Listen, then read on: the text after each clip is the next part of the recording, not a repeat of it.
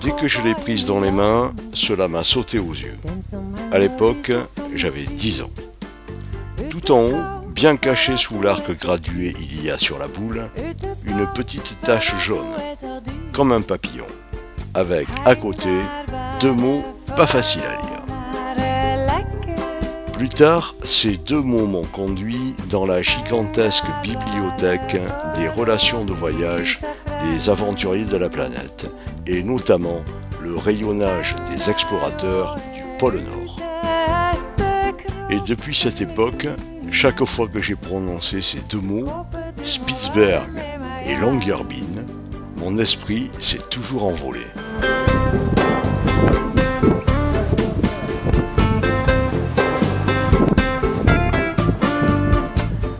J'embarquais de nouveau sur ce mythique bateau, le Fram.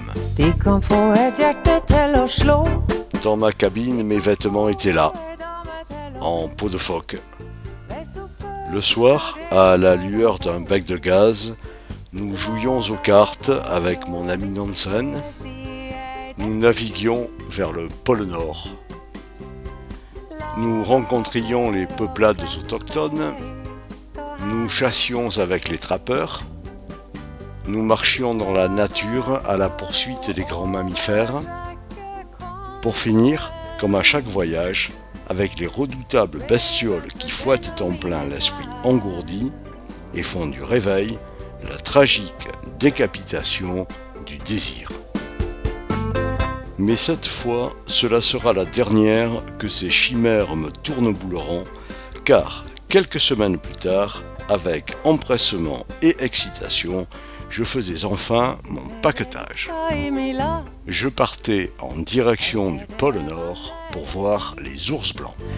Le 22 mai 2011, j'embarquais donc dans l'avion de Paris pour Oslo. À Bødø, qui marque la frontière avec le cercle polaire, mon précieux sac de marin affronta sur le tarmac les premiers crachats nordiques.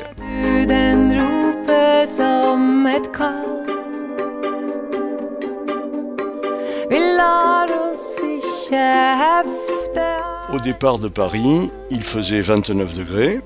En arrivant à Tromsø, il faisait 7. C'était un beau début d'été. Beaucoup étaient en bras de chemise.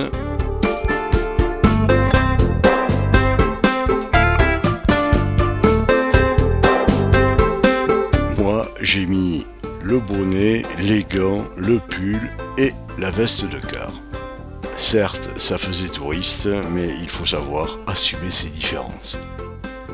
Un soir, après une longue observation d'un radieux soleil de minuit, bien réchauffé à l'Arctic Beer, j'ai rencontré, au détour d'une rue, mon premier ours polaire.